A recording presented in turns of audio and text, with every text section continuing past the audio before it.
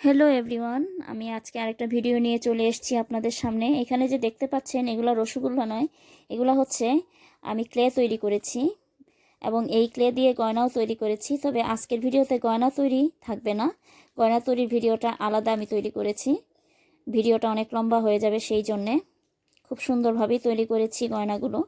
তো এই ক্লেগুলো কিভাবে তৈরি করেছি ঘরের মধ্যে ঘরে থাকা কিছু সামান্য উপকরণ দিয়ে, সেই ভিডিওটা আজকে আপনাদের সাথে শেয়ার করব। প্রথমে এখানে নিয়ে নিলাম ময়দা 1 কাপ, এরকম মেজারমেন্ট কাপ দিয়ে। তারপরে এই আঠাটা আমি নিয়েছি, আপনারা দেখতে পেলেন।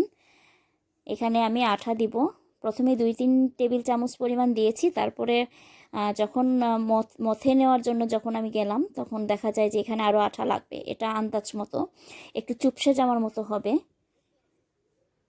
এখন এখানে প্যারাশুট নারকেল তেল দিলাম, আপনারা চাইলে যে কোনো তেল দিতে পারেন, তবে অবশ্যই নারকেল তেলটা দিলে ভালো। তো এরকমভাবে ভালোভাবে মথে নিতে হবে।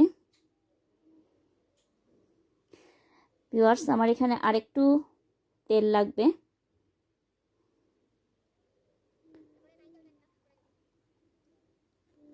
আর এখানে আরেকটু আঠা নিব। বাজারে তৈরি ক্লে থেকে নিজে ঘরে তৈরি করে ক্লে দিবেন বাচ্চাকে খেলার জন্য। বাচ্চাদের এটা স্বাস্থ্যসম্মত হবে, প্লাস আপনার ভালো লাগবে। আর এখানে দেখেন আমি এখানে 1/3 কাপ লবণ নিয়েছিলাম, লবণটা দিলাম। লবণটা এখানে দিতে হবে, আর না হলে এটাকে চুলায় তৈরি করতে হবে। দিয়ে দিচ্ছি পানি। বাজারে তৈরি ক্লের থেকে ঘরে তৈরি ক্লে এভাবে করবেন, এবং আপনার পরিমাণে বেশি ক্লে যখন দরকার হবে, বড় কিছু তৈরি করবেন, তখন এই ক্লেটা ব্যবহার করবেন। আর এটাকে আপনি পলিথিনে ডিব্বার ভিতরে ভরে, মানে কৌটায় ভরে অনেক দিন রাখতে পারবেন।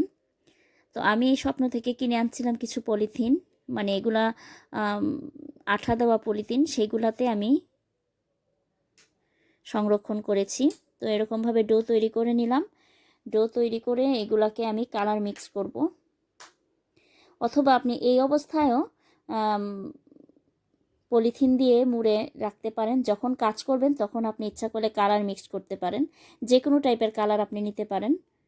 ফেব্রিক্সের কালার নিতে পারেন, তারপরে পাউডার নিতে পারেন, এই যে গুঁড়া পাউডার পাওয়া যায় বাজারে কিনতে, নিতে পারেন। আমি এখানে ফেব্রিক্সের কালারটা ইউজ করছি। ফেব্রিক্সের কালার না থাকলে আপনি চাইলে ফুড কালারও ব্যবহার করতে পারবেন। দেখুন অরেঞ্জ কালারের একটা তৈরি হয়ে গেছে। তবে এই হাতে তৈরি ক্লেটাতে যেটা মুখ্য বিষয় হচ্ছে এটা মথে নেওয়াটা, অর্থাৎ ময়ানটাকে এমনভাবে মথে নিতে হবে। আমি একা মথতে পারি নাই, কারণ একা এত শক্তি আমার কাছে সম্ভব হয় নাই। কথায় আছে যে যত ডলবে ময়দা তত মিলবে ফায়দা। এটাতে যত ডলবেন ততই আপনি ফায়দা পাবেন, না হলে সফট হবে না। আমার এখানে আরও ময়ান হওয়া দরকার ছিল, তবে আমি যখন কাজ করব তখন আরও মথে নিতে পারবো। তো আমার ভিডিওটা কেমন লাগলো সেটা বুঝবো আপনারা যদি আমার পেজটা ফলো দেন।